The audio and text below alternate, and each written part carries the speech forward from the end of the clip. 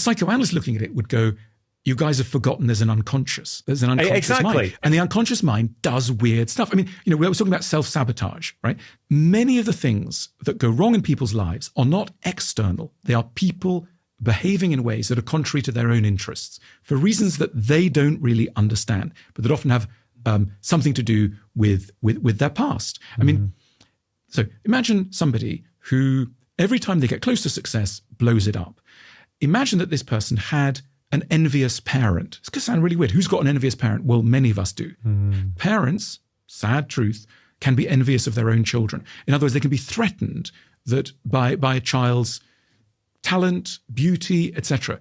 And though on the one hand, they want their child to be happy, on the other hand, not any happier than they've been. This is, and children pick up on this. Yeah. And so there can be a guilt sometimes to be able to bear, to have a better life than your parents is a real psychological achievement. It's not natural. I mean, it's not a given. It may be something that you need to work at. So it's just a small example of, somebody may feel that in order to feel balanced, they have to feel guilty, that guilt is an important part of their sort of mental economy. And again, this may come back to a feeling from childhood that they were only safe if they felt that they'd done something wrong. And if they'd been made to feel bad. So then the feeling of being bad accompanies them through life as a protective mechanism. Yeah. Very unnecessary, huge cost to themselves, but it can happen.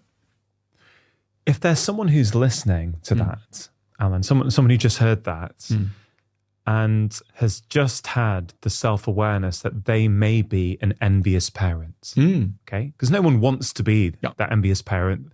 The person who just had that insight doesn't want to be that person, but is again acting on their own childhood and their own experiences, right? What advice would you give to that person? So, look, in the early days of psychotherapy and psychoanalysis, the feeling was, if somebody knows this, they'll stop immediately. It's like, I'm an envious parent, great, I'll stop tonight.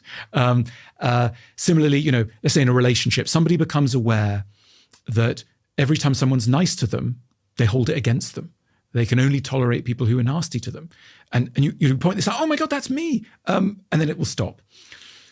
The truth is trickier. So what psychotherapists realized is that insight is part of the solution, but you also need to have a corrective experience. And this is what therapists spend time doing, that when therapists are in a room with a client, they know that the client will probably play out with them patterns that they will also be playing out somewhere else. So the envious parent might start to say to the therapist, did those curtains cost a lot?